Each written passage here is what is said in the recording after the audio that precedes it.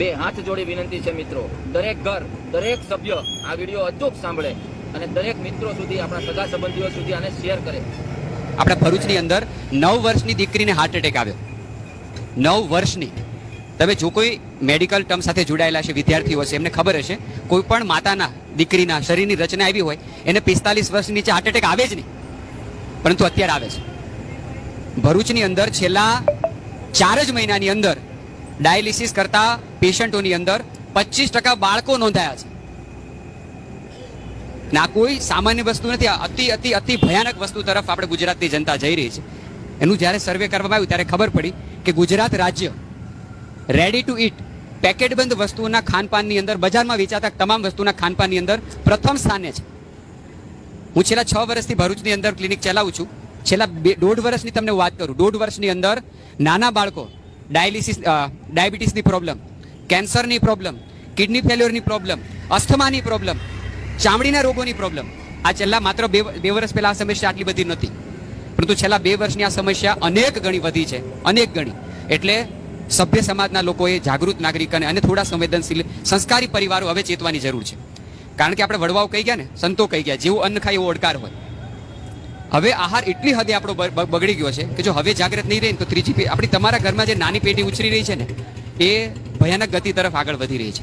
અને આ લોકોનું ટાર્ગેટ છે, જગતના ધનાઢ્ય 10 થી 12 પરિવારોનું એક ગ્રુપ છે અને એનું બહુ મોટું ઇન્વેસ્ટમેન્ટ ફાર્માસ્યુટિકલ ક્ષેત્ર છે. અને આવનારા સમયની અંદર સૌથી મોટામાં મોટી કોઈ બીમારી હોય ને, મંચ ઉપર બેઠું છું છતાં મારે બોલવું પડે છે, એ ઇન્ફર્ટાલિટી છે, બાળકો પેદા નહીં થાય.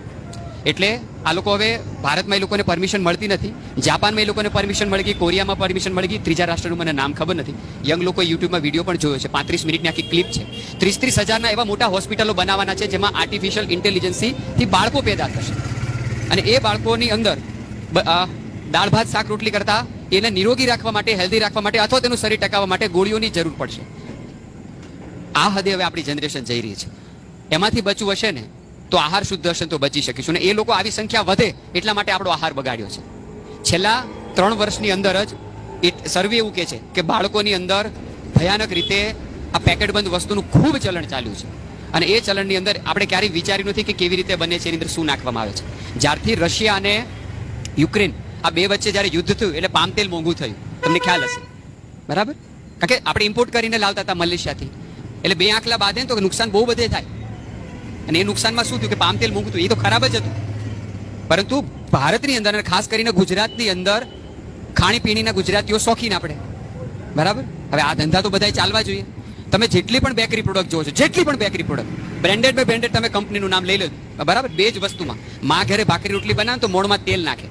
પરંતુ તમે જે કંઈ બેકરી પ્રોડક્ટ આપણે ખાવ છો, બજારમાં વેચાતી તમામ એવી વસ્તુ કે જેમાં તેલ વપરાય છે, આ લોકો હવે નવી વસ્તુ આવિષ્કાર કરી છે જેને જિલેટિન, મટન ટેલો અથવા તો પોર્ક મીટ કહેવાય છે. દુનિયાની અંદર સૌથી વધારે બીફ ખવાય, ગૌ માંસ, અને સેકન્ડ નંબર ઉપર પોર્ક મીટ ખવાય, સુવરનું માંસ ખવાય. પણ એની આંતરડાની ચરબી ક્યાંય વપરાય નહીં, એને બોઇલર કરીને પ્રોસેસ કરવી પડે. અને બધી બેકરી પ્રોડક્ટોમાં, ફરસાણોની અંદર, આપણે જે કંઈ પેકેટબંધ વસ્તુમાં ખાઈએ છીએ ને, એમાં બહુ વપરાય છે. સવાલ હું તો કહું, માત્ર શાકાહાર માંસાહારનો પણ નથી, પરંતુ બાળકની બોડી ડાયજેસ્ટ ન કરી શકે. શરીરની અંદર સુવરની ચરબી જાય તો શરીરનું તાપમાન જ્યારે 40 ડિગ્રી કરતાં પ્લસ થાય તો જ પચી શકે, નહીતર ના પચી શકે. આપણા શરીરનું તાપમાન 37 થી વધે જ નહીં.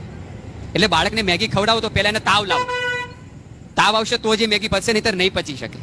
અને હર રોજ ભારતની અંદર 12 કરોડ પેકેટ વેચાય છે, 12 કરોડ એવરી ડે. અને એમાંથી 15% કરતાં વધારે હિસ્સો ગુજરાતનો છે. એટલે બાળકને આપણે શું ખવડાવી રહ્યા છીએ આપણે જરા વિચારીએ. એટલે તમામ પેકેટબંધ વસ્તુની વાત છે, તમામ પેકેટબંધ વસ્તુ વધતા આજે પેકેટબંધ વસ્તુ ખવડાય છે. હમણાં આપણા ભરૂચના જ એન્જિનિયરિંગ કોલેજ છે ને, બરાબર? ત્યાં એક આપણા એક પરિચિત ભાઈ રહે છે, જોબ કરે છે ત્યાં. એની છોકરીને અચાનક બીમાર પડી, હાજી નથી થતી, એટલે સિવિલ લઈ જવી પડી. સિવિલ લઈ જાય ત્યારે ખબર પડી એને બોન મેરો કેન્સર છે. તમને ખબર છે 9 વર્ષની દીકરીના મા બાપનું છે કે પપ્પા મને દવા આપીને મારી નાખો, આ પેન મારાથી સહન નથી થતું. અને હરરોજ 22 કેસ નોંધાય છે સિવિલ હોસ્પિટલમાં, બધા જ ગુજરાતના. આ તો નોંધાય છે એની વાત છે, નાના નાના કેટલા હશે જે નહીં નોંધાય. બોન મેરો કેન્સર એટલે ખબર છે વ્યક્તિ કેટલી પીડા હદે ભોગવતું હોય અને બહુ વધી રહ્યું છે.